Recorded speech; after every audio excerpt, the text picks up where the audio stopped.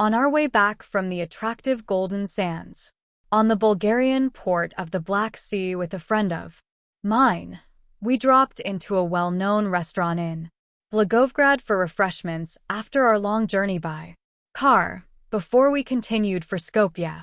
When we sat at the table, a fellow countryman who was a citizen of Blagovgrad approached us. After he asked us where we were from and where we were headed, he asked us to let him join us for lunch, acting as our host. He said that his name was Ivan, born 30 years before in Blagovgrad, to a Macedonian family. At the same time, he started to tell us his exciting story, which deserves to be written as a testimony to Macedonian destiny in the Balkans. Ivan spoke Bulgarian with Macedonian emphasis on some words, which he learned from his parents while he was growing up and developing his personality. His ties with the old fatherland remained uninterrupted as he used to go to his relatives in Prilep almost every year. This city attracted him like a magnet, not because his parents were born there, but because he had made friends with many people living there.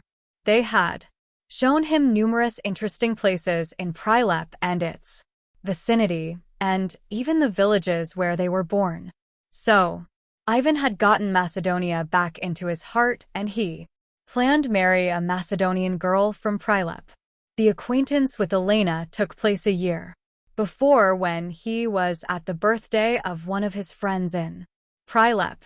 He was overwhelmed by the beauty of the Prilep girl. Her blue eyes charmed him so much that he couldn't take his eyes off her. Their relationship developed and strengthened slowly but surely, day by day, and it reached its final stage, marriage.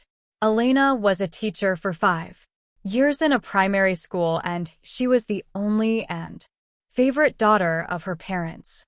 One day, Ivan and Elena were faced with the inevitable to inform their parents about their love affair and get their support and eventually their ideas and suggestions for their marriage.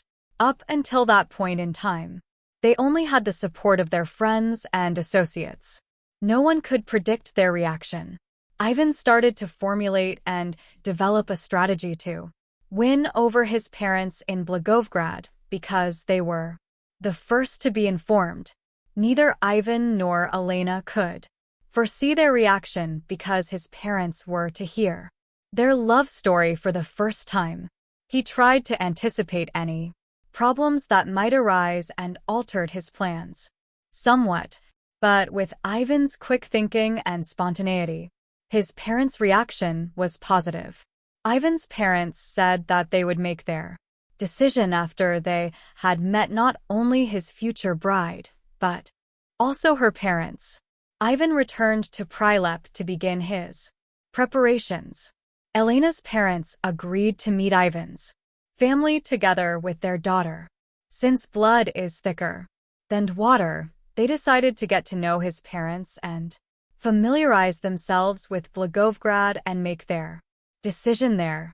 In addition, they would decide where the future newlyweds would live, in Prilep or in Blagovgrad, which was a serious problem.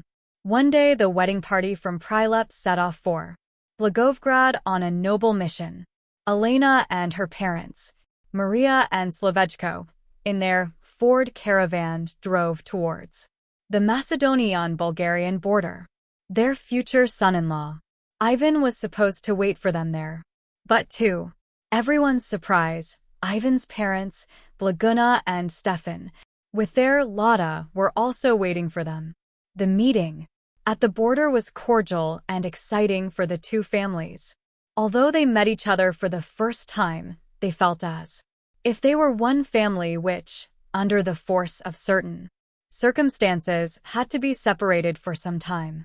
Instead of Ivan's house, they turned off the road and headed to this restaurant, where Ivan later told me this story. The lavish lunch and convivial discussions on various topics had no end. There was no issue from politics or economy which was not fully discussed.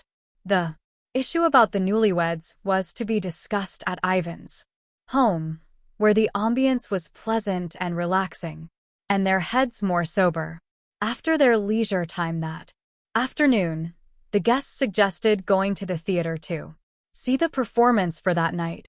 After the theater performance, they went to another restaurant, a more luxurious one because a famous music band with a female singer who attracted the visitors' attention not only by the selection of her songs, but also by her beautiful appearance, had her show there.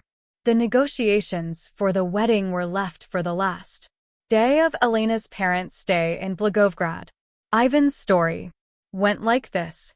It was Sunday after lunch when it was agreed that Elena and I would take a walk in town to visit some exhibitions, while the old folks stayed home to discuss all the essential issues related to our marriage ceremony and then the issues related to our wedding. After we returned from town, they would announce their decisions, and Elena and her parents would return to Prilep the following day. My friend watched, as his face seemed to experience stress with each spoken word, and advised Ivan to calm down, not to get excited. We thought that he was concerned about some misfortune or action which was outside of his control and that he was now under pressure and felt a need to speak about it. On Sunday evening, we faced a surprise which we couldn't even imagine in a dream. It was an unexpected shock. Life could only cut out many unknowns. One of them was the news which our parents told us. Elena and I couldn't get married because we were relatives. Had we been distant relatives, in such a case this could be ignored, but we were in fact close relatives. In a word, Elena and I were second cousins because our parents were part of one family that had scattered to different places in the whirlwind of wars and partitions of Macedonia. Consequently, they had lost their connection and family ties. Yet, there are always happy parts in any misfortune. In our misfortune, our mutual sympathy slowly turned into love, more platonic than physical. It meant that, in spite of all risks in such cases, my love with Elena was a kind of exaltation for all its virginity, explained Ivan of his and Elena's pain. The blow to the young lovers by that news changed into a happy event for their parents who reestablished their own family relationships through the love of their children. Such a resurrection turned into a celebration that they would mark until the end of their lives.